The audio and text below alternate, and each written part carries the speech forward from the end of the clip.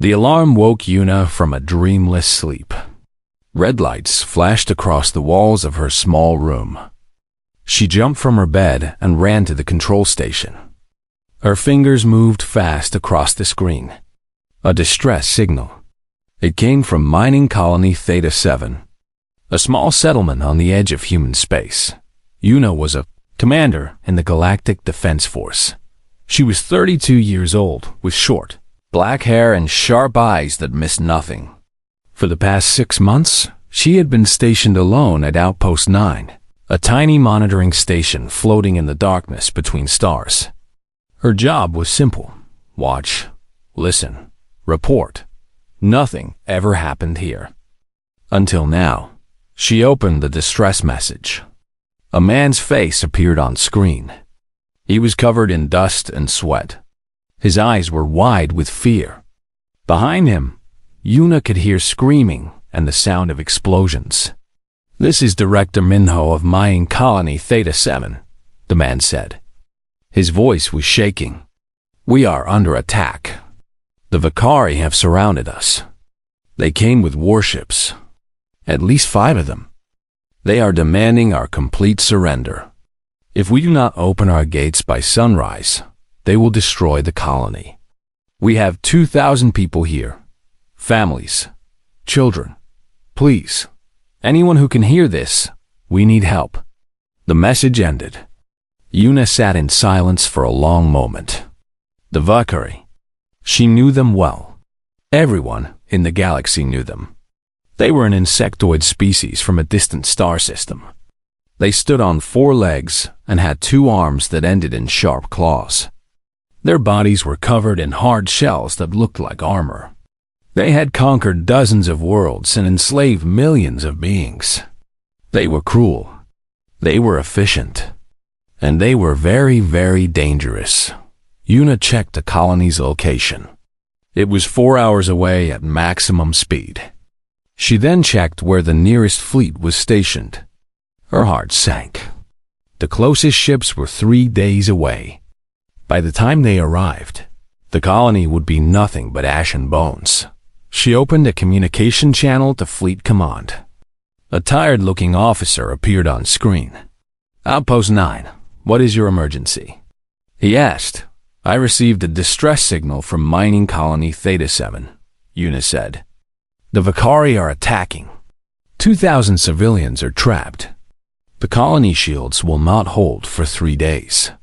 The officer frowned. He looked at something off-screen. "We are aware of the situation, Commander. Unfortunately, there is nothing we can do. All available ships are engaged in operations elsewhere. We cannot redirect resources for a mining colony." Yuna felt anger rise in her chest. 2,000 people, she said slowly, including 300 children. "You are telling me we will do nothing?"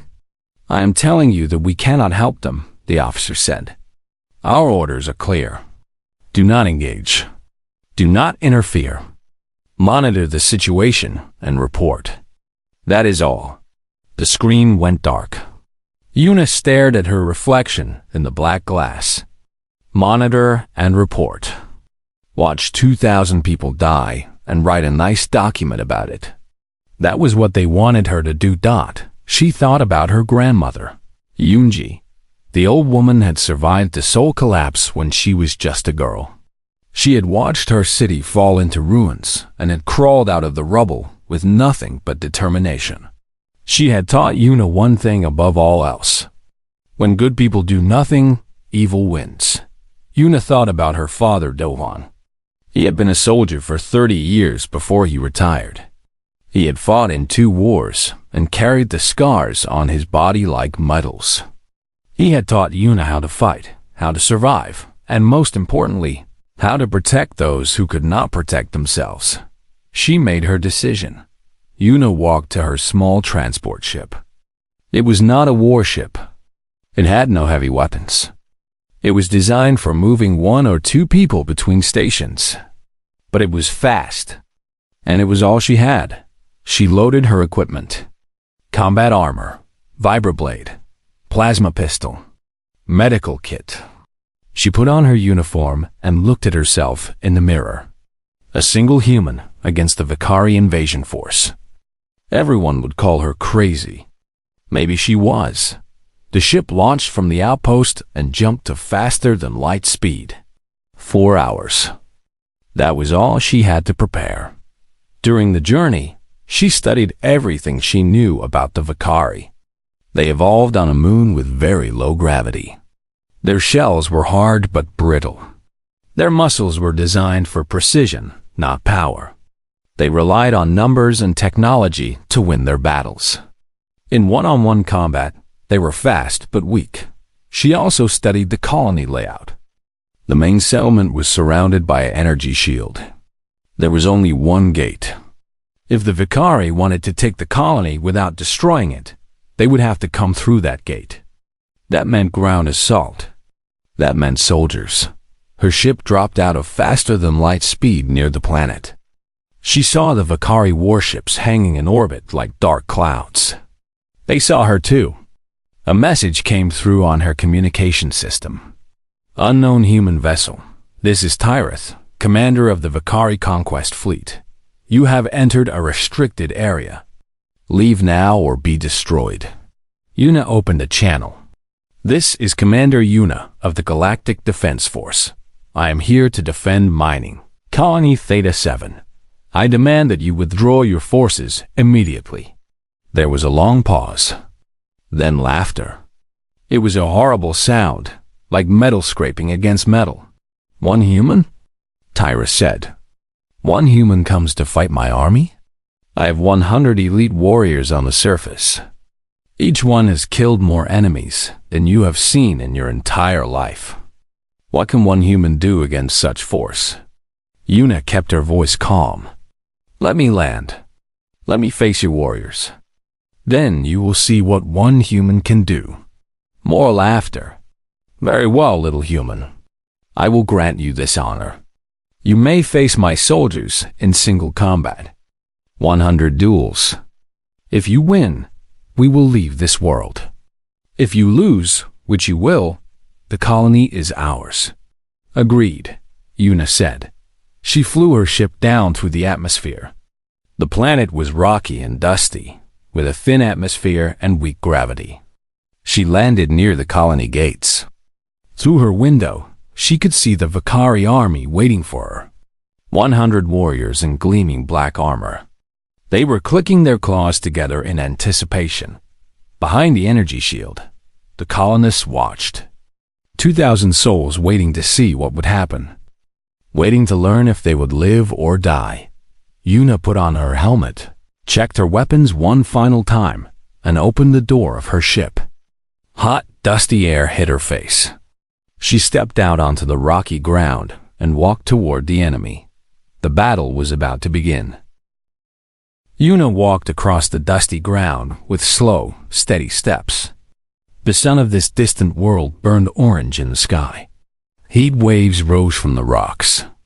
In front of her, 100 Vakari warriors stood in perfect lines. Their black shells reflected the sunlight like dark mirrors. Their red eyes watched her with hunger and amusement. She stopped 50 meters from the enemy line. The colony walls rose behind her, tall and gray. She could feel the eyes of 2,000 people watching through cameras and windows. Somewhere in there, children were holding their parents' hands and asking if they would be okay. Somewhere in there, old people were praying to whatever gods they believed in. Yuna carried all their hopes on her shoulders. A Vakari warrior stepped forward from the line. He was bigger than the others. Gold markings decorated his shell. This was Tyreth, the commander. He walked on 4 legs that moved with mechanical precision. His 2 arms were folded across his chest. Each arm ended in claws that looked sharp enough to cut through steel. So this is the human hero? Tyreth said. His voice came through a translator device on his neck. It made his words sound flat and emotionless. I expected someone bigger. You are small, soft, weak. Yuna said nothing.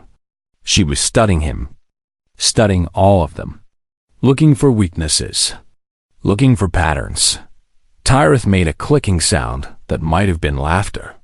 Do you know how many species I have conquered, human? 14. Do you know how many warriors have tried to stop me? Thousands. Do you know how many succeeded? None. You will be just another body in the dust. Talk less, Yuna said. Fight more. The Vakari warriors made angry sounds. They did not like being insulted. Good. Angry enemies make mistakes. Tyrith waved one claw. Very well. Let us begin. My warriors will face you one at a time. When you die, we will take this colony and everyone in it. The strong will become slaves. The weak will become food. He stepped back into the line. Another warrior took his place. This one was smaller, but moved with the quick, nervous energy of a hunter. He held a plasma rifle in his claws. Yuna reached up and touched the control on her armor. A small click sounded. She had just turned off her gravity compensators. Most armor systems had them. They helped humans move normally on planets with different gravity. This planet had only 70% of Earth's gravity. Without the compensators, Yuna felt light, almost weightless.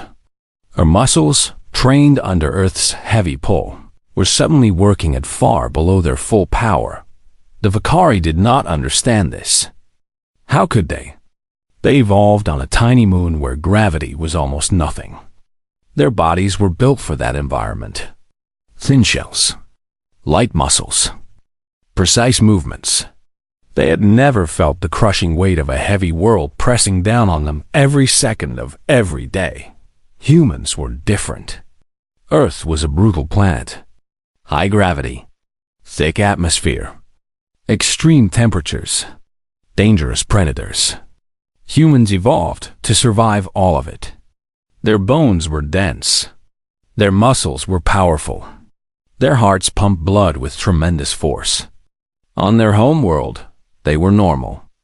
On lighter worlds like this one, they were something else entirely.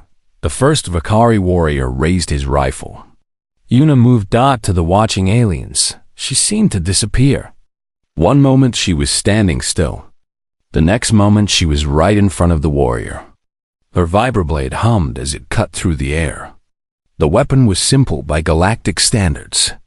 Just a metal blade that vibrated at high frequency. Most species considered it primitive. They preferred plasma weapons and energy shields. But there was a reason humans still use blades. In the right hands, nothing was faster. Nothing was more deadly. The Vakari warrior tried to react. His brain sent signals to his arms. His claws began to move. But human reflexes were twice as fast as Vakari reflexes. Evolution had given humans the ability to dodge predators, catch falling objects, and react to danger in fractions of a second. By the time the warrior's claws started moving, Yuna's blade had already found the gap between his neck and shoulder. The warrior fell.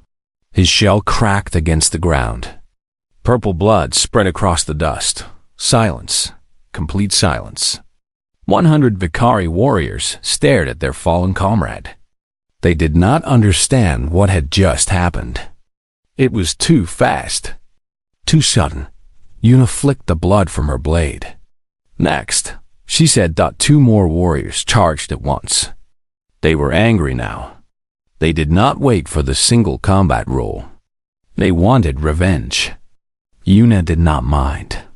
She had expected them to cheat Dot. She moved between them like water flowing around stones. Her blade sang through the air. One cut to the first warrior's leg joints. He collapsed. Another cut to the second warrior's arms. His rifle fell to the ground. A final thrust through the weak point under his chin. Both of them died within seconds of each other. 3 down. 97 to go. Inside the colony, a young woman named Jizu sat in the security control room. She was an engineer, not a soldier. Her hands were shaking as she operated the cameras. But she made sure every single camera was recording.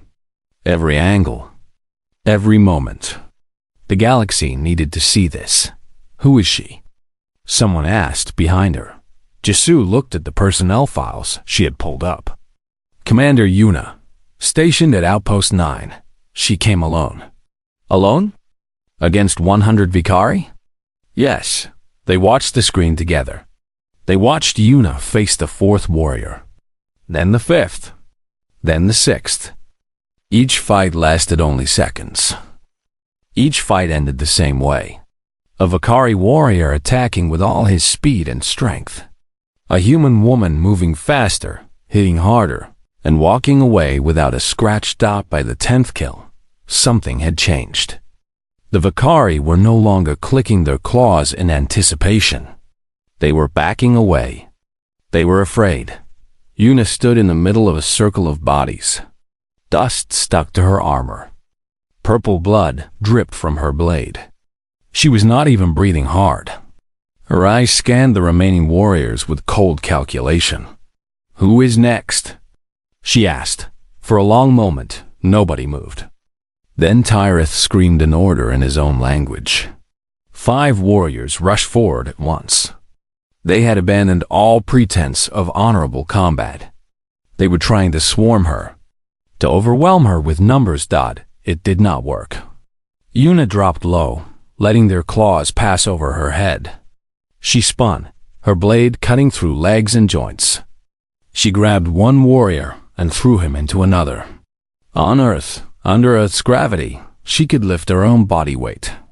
Here, on this light world, she could throw a 200-kilogram Vikari warrior like a toy. When she stood up, 5 more bodies lay in the dust. 15 down in less than 2 minutes. Tyreth watched with growing horror. He had studied humans before this mission. The intelligence reports said they were weak. They built hospitals instead of slave camps. They negotiated instead of conquered. They were soft, the reports said. Easy targets. The reports were wrong. The reports were catastrophically wrong. He looked at the human woman standing among his dead soldiers. She was not soft. She was not weak. She was a predator in human skin. And she was just getting started. 20 Vikari warriors lay dead in the dust. Yuna stood among them like a statue carved from stone. Her breathing was slightly faster now, but her hands were steady. Her eyes never stopped moving. Always watching. Always calculating.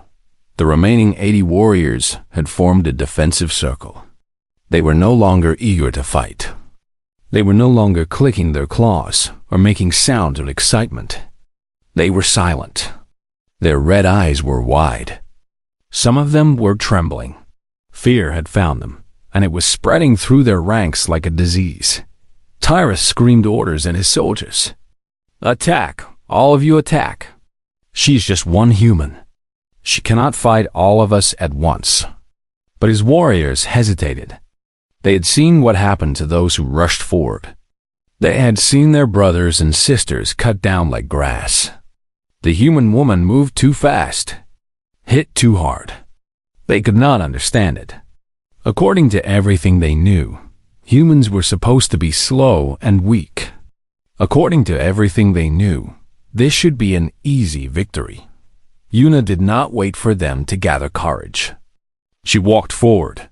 Steady steps. No hurry. No fear.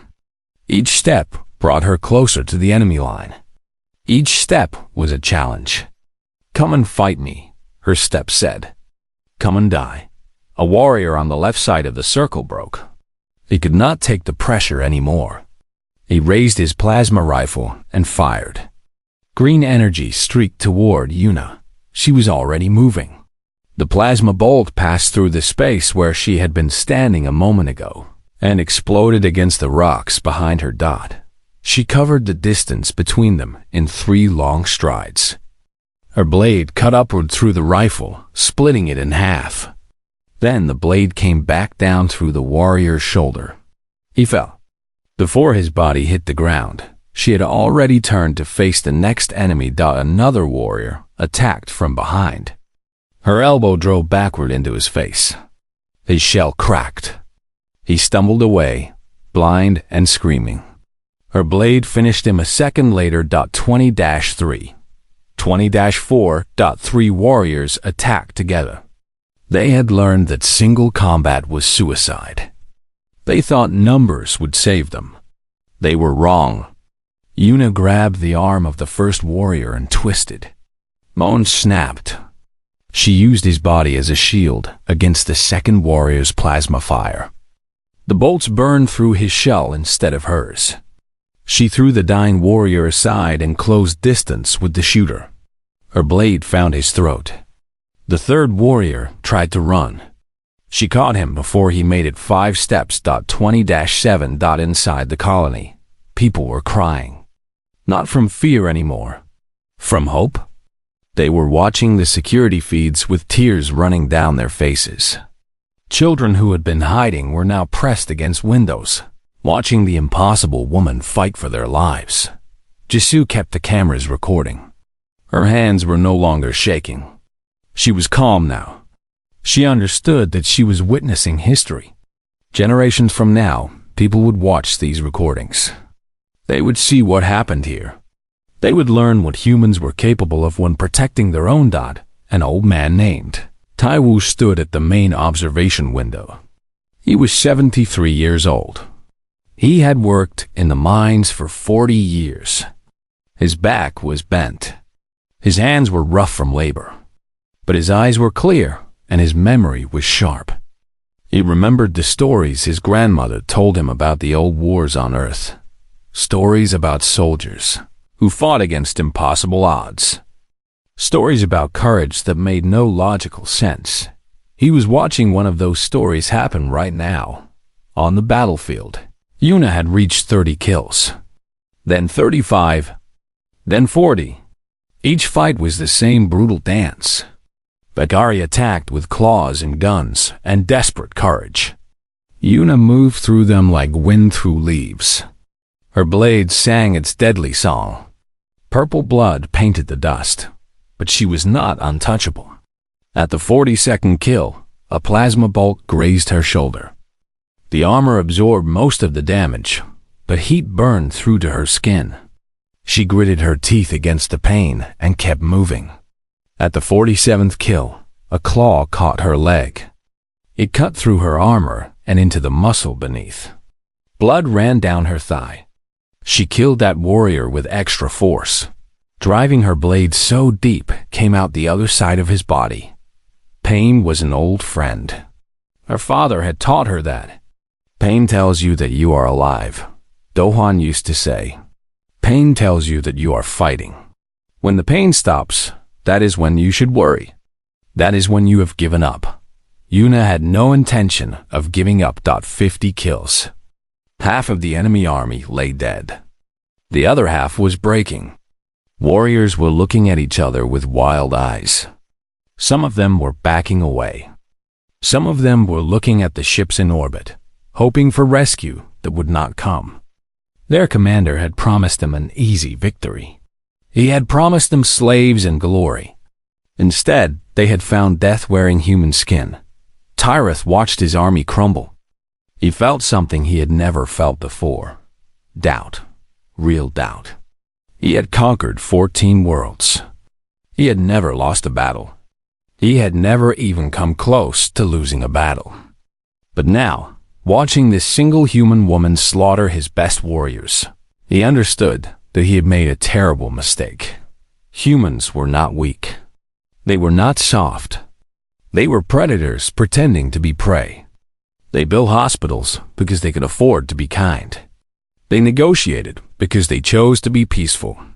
But when pushed, when threatened, when their families were in danger, they became something else. Something ancient. Something terrifying. The 51st warrior fell.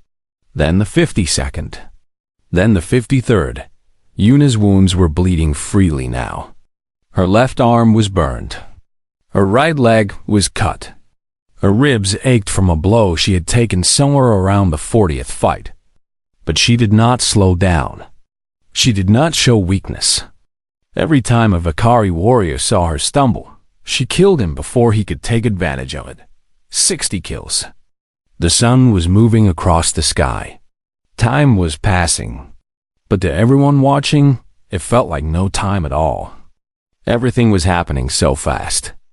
Too fast to comprehend. One woman against an army, and the army was losing. Jesu checked the recording equipment for the 100th time. Everything was working perfectly. Multiple cameras. Multiple angles. High-definition footage that would show every detail when it was broadcast across the galaxy. She imagined aliens on distant worlds watching this recording. She imagined their faces. She imagined their fear. Good. She thought, let them be afraid. Let them all see what happens when you threaten human children. On the battlefield, Una killed the 63rd warrior, then the 64th. Her body was screaming with pain. Her muscles were burning, but she was smiling. A thin, fierce smile that had nothing to do with happiness. It was the smile of a predator that had found prey. It was the smile of a human who had decided that losing was not an option. 70 warriors down. 30 to go. The remaining Vakari had stopped fighting. They were standing frozen, watching, waiting. They did not want to be next. They did not want to face the human woman and her singing blade. They wanted to run. They wanted to hide. But their commander was still watching, and the shame of running was greater than the fear of dying. At least. That was what they kept telling themselves. Una raised her blade and pointed it at the remaining warriors. Come, she said. Her voice was rough with exhaustion, but it carried clearly across the battlefield. Come and finish this. 70 Vakari warriors lay dead. Their purple blood had turned the dust into dark mud.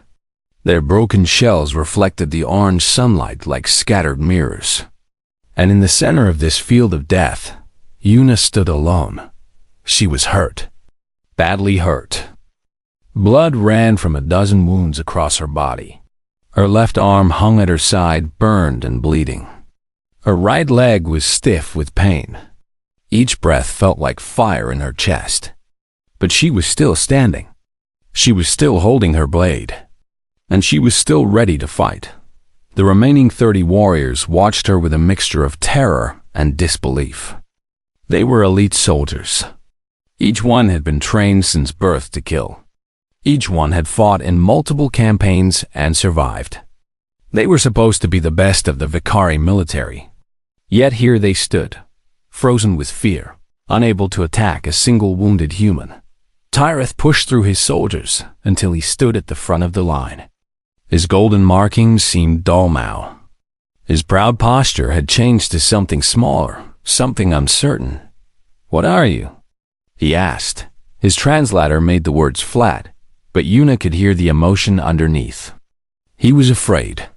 Truly afraid. I already told you, she said. I am human. No. Tyreth shook his massive head. Humans are weak. Our intelligence said so. We studied your species for years. You build schools instead of training camps. You make medicine instead of weapons. You sign trees instead of taking what you want. Weak species. Easy to conquer. That is what the report said. Una laughed. It was a harsh sound that made several warriors step backward. You studied what we show the galaxy. You did not study what we are. You see us building hospitals and think we are soft. You do not ask why we need hospitals.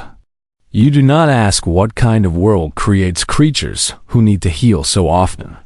She took a step forward. Several warriors flinched. We come from Earth, she continued. A planet that has been trying to kill us for millions of years. Earthquakes, volcanoes, ice ages, plagues, predators with teeth and claws that make yours look like toys. We survived all of it. We did not just survive. We conquered. We became the apex predators of a world that was constantly trying to destroy us. Another step forward. More warriors backed away. You think we are peaceful because we choose peace. You think we are kind because we are weak. You are wrong. We are peaceful because we know what war costs. We are kind because we remember what it means to suffer. But do not ever mistake our kindness for weakness. Push us hard enough, threaten our families, and you will see what we really are." Tyreth stared at her. Understanding was dawning in his red eyes. Terrible understanding. His species had conquered 14 worlds by choosing weak targets. They avoided strong enemies and picked on smaller, gentler species. They had thought humans were one of those gentle species. They had been catastrophically wrong. "Send your best," Una said. Her voice was calm now, cold. "Send your elite guards. Send whoever you have left. I will face them all." Tyreth hesitated for only a moment. Then he made a clicking sound, a command in his own language. 5 warriors stepped forward from the group.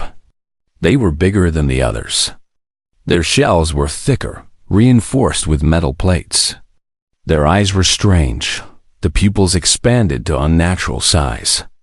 Combat drugs. These were Tyreth's personal guards, enhanced with chemicals that made them faster and stronger than normal Vicari.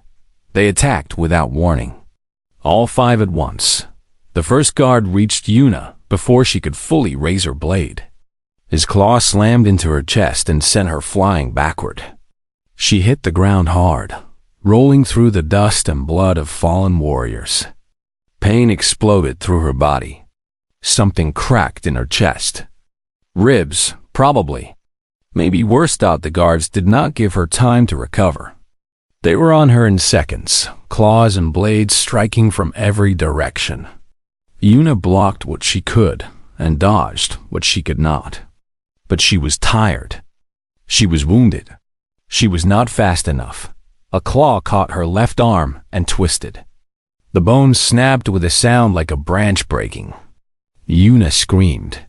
For the first time in the battle, she screamed. The pain was beyond anything she had felt before. White-hot, blinding. For a moment, her vision went dark dot inside the colony. People cried out in horror. They had watched their impossible hero fight for so long. They had begun to believe she could not be hurt. Now they saw her on the ground, surrounded by enhanced warriors, her arm broken and useless. Now they saw that she was mortal after all. Jisu's hands were shaking again. "Get up," she whispered at the screen. "Please get up." Taiwu, the old miner, pressed his hand against the observation window. He remembered something his grandmother used to say. Humans do not give up. We do not know how. Even when we should stop, even when continuing makes no sense, we keep going. It is our greatest strength and our greatest flaw. On the battlefield, Una opened her eyes. The guards were standing over her, their claws raised for the killing blow.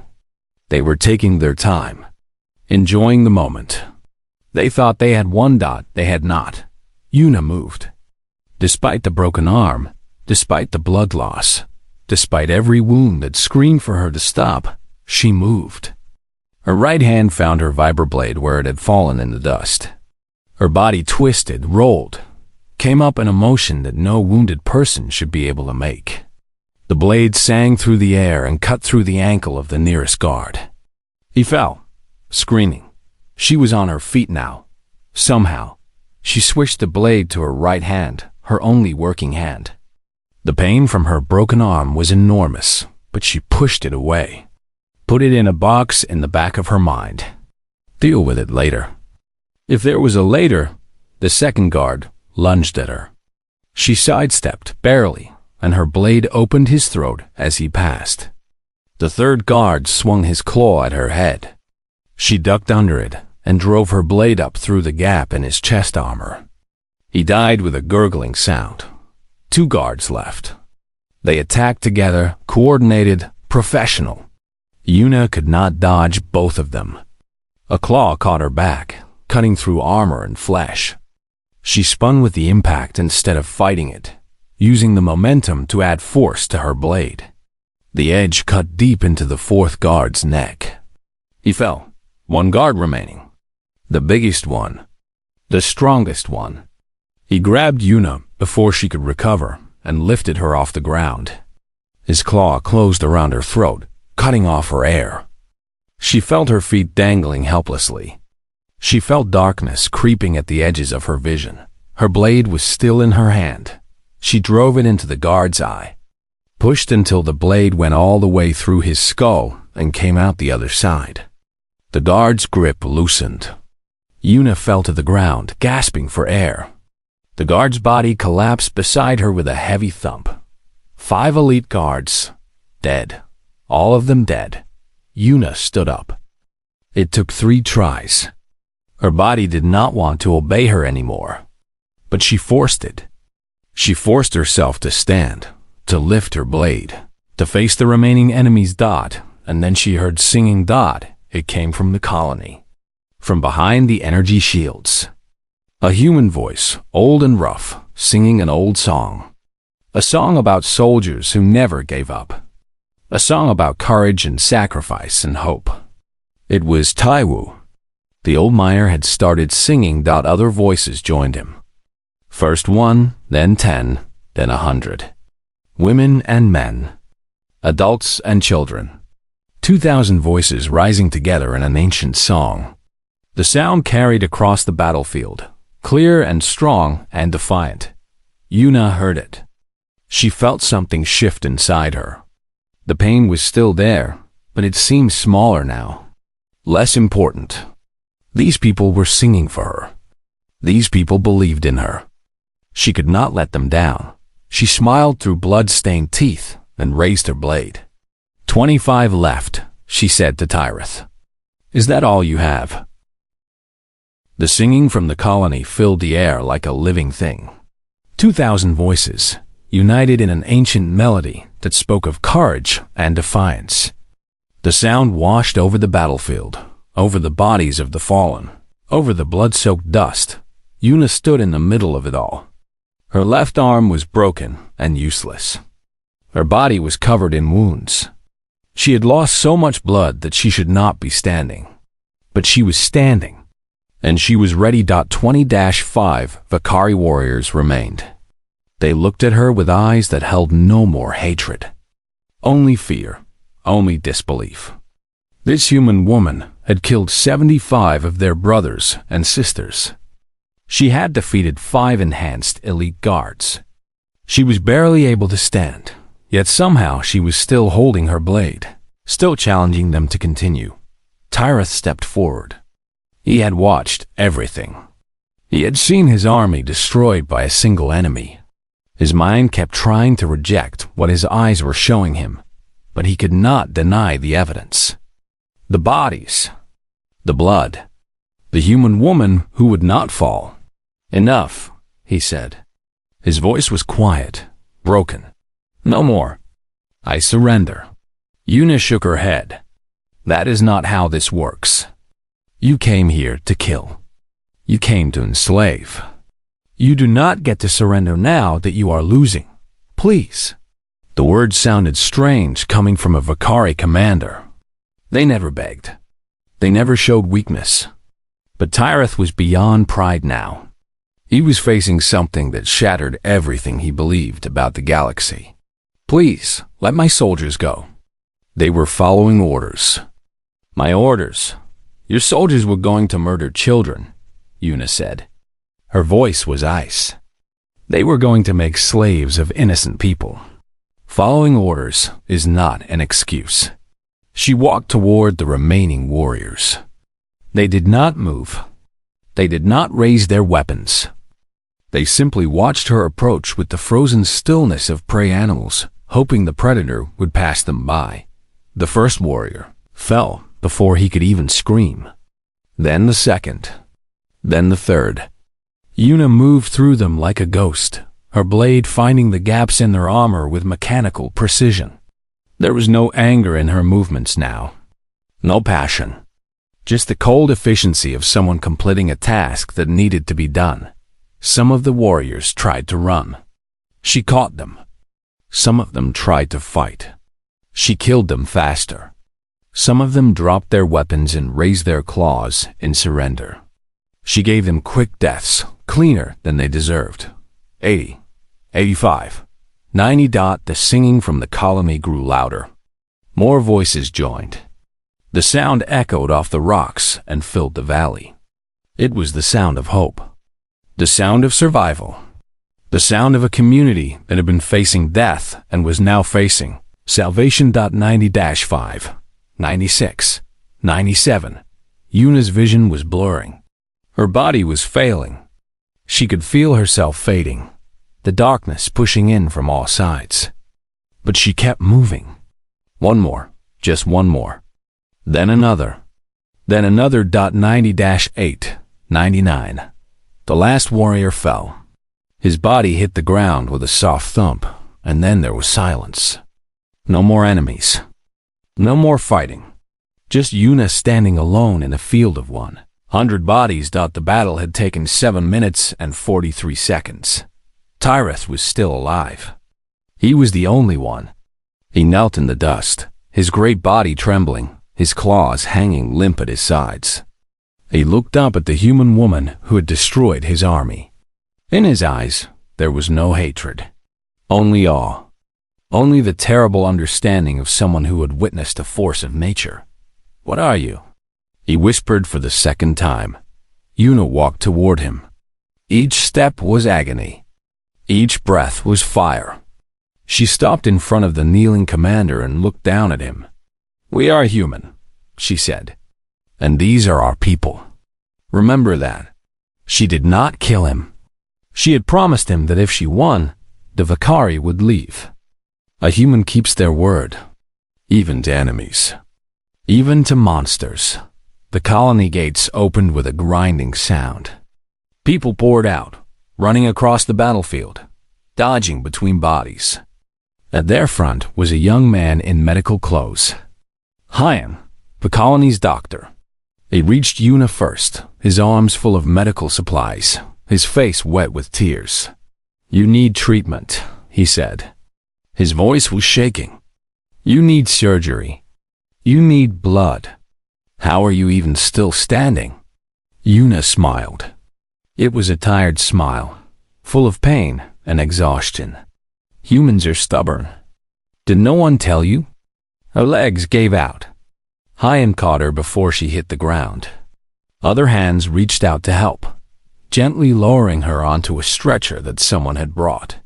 Faces surrounded her, looking down with expressions of wonder and gratitude.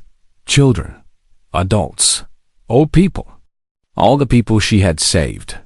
Jisoo pushed through the crowd, her tablet clutched to her chest. "I recorded everything," she said. "Every second. The galaxy needs to see this. Send it everywhere." Yuna whispered. "Let them all see." The recording went out that same hour. It spread across the communication networks like wildfire. Within a day, every inhabited world in the galaxy had seen it. They watched a single human woman fight 100 Vakari elite warriors. They watched her take wound after wound and keep fighting. They watched her win. The response was immediate. The Vakari High Command issued a formal apology and withdrew all forces from human space. Other hostile species quietly changed their military plans, removing human worlds from their target lists. Trade delegations arrived at human colonists with gifts and offers of friendship.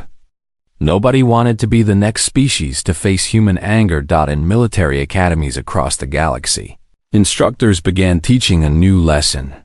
They showed the recording of Yuna's battle. They explained about Earth's gravity, about human evolution, about the persistence and endurance that millions of years of survival had built into human bodies. They warned their students to never underestimate humans, never threaten their families, never push them into a corner, because when you do that, the battle will be over in minutes, and you will not be the one left standing. 3 months later, Yuna woke up in a hospital bed on Earth. Her arm had been rebuilt with advanced medical technology. Her wounds had healed, leaving only faint scars. She looked out the window at the blue sky of her home world and felt the familiar weight of its gravity pressing down on her. It felt good. It felt right. Her father was sitting beside her bed. Do-hwan was old now, his hair white and his face lined with years. But his eyes were bright and proud. They gave you a medal, he said. The highest honor humanity can give. They want you to speak at the Galactic Council. They are calling you the Guardian of Theta 7. Yuna looked at the medal in her father's hands. It was beautiful. Gold and silver, shaped like a star. It represented everything she had done and everything she had sacrificed. I was just doing my job, she said. Do-hwan smiled. I know. That is what makes you human. Outside, the sun was setting over Seoul. The city spread out beneath the hospital window, millions of lights beginning to flicker on as darkness fell.